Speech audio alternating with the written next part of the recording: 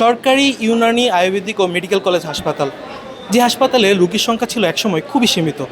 তারপর একটি ভিডিও প্রতিবেদন, আর তারপরে বদলে যায় পুরো চিত্র। বিগত 7 মাসে রোগীর সংখ্যা যা ছিল, ভিডিও প্রকাশ করার 25 দিন পর সেই রোগীর সংখ্যা তার চেয়েও 3000 বেড়ে গেছে। আর যে ব্যক্তির ভিডিওটি প্রকাশ করার পর এই ব্যাপক আলোড়ন সৃষ্টি হয়েছে, তিনি আমাদের সাথে আছেন লাইভ স্টোরির মাসুম ভাই। মাসুম ভাইয়ের সাথে আমরা কথা বলবো, তার এই ভিডিও প্রতিবেদনের সম্পূর্ণ গল্পটি আমরা জানার চেষ্টা করব এবং একই সাথে এটি নিয়ে বিশাল প্রতিক্রিয়ার পর আসলে তার কেমন লাগছে সে বিষয়টিও জানার চেষ্টা করব। এই যে একটা ব্যাপক সাড়া জাগালেন, কেমন লাগছে? আসলে এর চাইতে বড় প্রাপ্তি আর হতে পারে না একজন মানুষের লাইফে, যে একটা হসপিটাল, সরকারি হাসপাতাল সরকার করে রেখেছে, কিন্তু খুব বেশি মানুষ জানতো না, এই কারণে আসতো না। কিন্তু মানুষ যে চিকিৎসা নিতে চায় এটা প্রমাণ হয়ে গেল ভিডিও ভাইরাল হওয়ার পরে। হাজার হাজার রোগী আসতেছে, তারা সেবা নিচ্ছে। তো এর চাইতে বড় প্রাপ্তি একজন মানুষের জীবনে আর কী হতে পারে?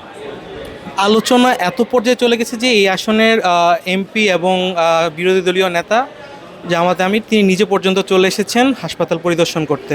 আপনার সাথেও তিনি কথা বললেন, কেমন লাগে? এটা অন্যরকম ভালো লাগা।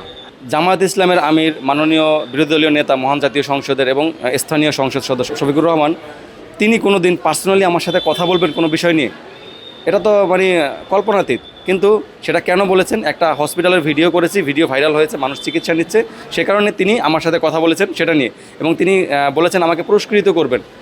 মানে এটা একটা প্রাউড ফিল করার মতো বিষয়, যে এটা আমি লাইফে কখনো ভাবিনি।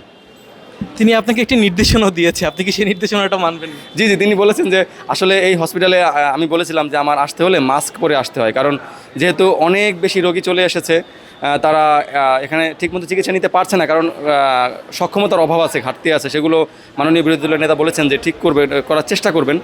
তো তিনি বলেছেন যে আপনি মাস্ক পরে আসলেও আসবেন, যদি কোথাও কোনো প্রকার অনিয়ম বা কিছু চোখে পড়ে আপনি সেগুলো তুলে ধরবেন, আপনি এই সেবা সম্পর্কে মানুষের সামনে তুলে ধরবেন, যাতে মানুষ সেবাগুলো নিতে পারে। তো আমি নিশ্চয়ই সেগুলো চেষ্টা করব, তার কথা আমি মানার চেষ্টা করব। রোগীরা এখন আসার পর আপনি যেমনটা দেখিয়েছিলেন যে এখানে খুবই অল্প টাকায় চিকিৎসা পাওয়া যায়, আরও অনেক সুবিধার বিষয় আপনি তুলে ধরেছিলেন। তারপর মানে এখন এত পরিমাণ রুগী বেড়ে গেছে যে হাসপাতালের সক্ষমতার বাইরে, সে জায়গা থেকে রুগীদের কাছ থেকে কোনো অভিযোগ আসে কিনা, বা হাসপাতালের অভ্যন্তরীণ কোনো অভিযোগ আপনার কাছে আসছে কিনা?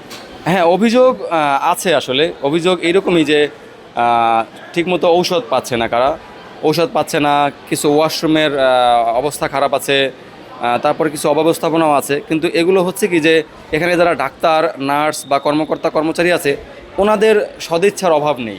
আসলে এখানে আগে যতটুকু রোগী আসতো তার চাইতে যেহেতু 10 গুণ 20 গুণ রোগী বেড়ে গেছে, স্বাভাবিকভাবেই চাপ পড়ে গেছে।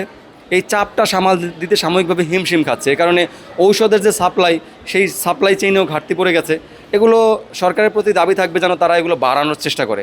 তো যেহেতু বিরোধী দলীয় নেতা এখানে এসে বিষয়গুলো অবলোকন করেছেন, তিনি সংসদে তুলে ধরবেন বলেছেন, তো আশা করি মাননীয় প্রধানমন্ত্রী এই ব্যাপারে দৃষ্টি দেবেন এবং সমস্যাগুলো সমাধান হবে। এক সময় একটি ভিডিওর মাধ্যমে বার্তা দিয়েছিলেন যে আপনারা এখানে এসে চিকিৎসা নিতে পারবেন। এখন এই হাসপাতাল তাদের সক্ষমতার বাইরে চলে গেছে। আবার যে দর্শকরা আপনার এখন এই ভিডিওটি দেখছে, তাদের উদ্দেশ্যে কী বার্তা দিতে চান? তাদের উদ্দেশ্যে আমি এইটুকুই বলবো যে দেখেন, সরকার তো আপনাদের চিকিৎসা দেওয়ার জন্যই হাসপাতালটি করেছে। আপনারা এতদিন হয়তো জানতেন না, এ কারণে আসেননি, অথবা কেউ জেনেও আসেননি। কিন্তু এখন যেহেতু আসা শুরু করেছেন, সবাই একত্রে আসলে তো আসলে সমস্যা হয়ে যাবে। তো যেহেতু হাসপাতাল ভাইরাল হয়েছে, সবাই জেনেছে, এবং সরকারও এই ব্যাপারে সুদৃষ্টি দেবে, আস্তে আস্তে এইখানের যে অবকাঠামোগত সমস্যা বা ডাক্তার নার্স যেগুলো সংকট আছে, এগুলোর সমস্যা সমাধান হয়ে যাবে।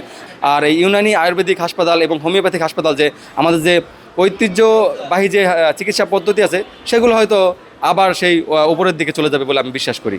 ধন্যবাদ আপনাকে আমাদেরকে সময় দেওয়ার জন্য। দর্শক, এতক্ষণ যাবৎ আপনাদের সাথে আমি যুক্ত রেখেছিলাম লাইভ স্টোরি মাসুম ভাইকে। তার কিছু গল্প আপনাদের সামনে তুলে ধরছিলাম।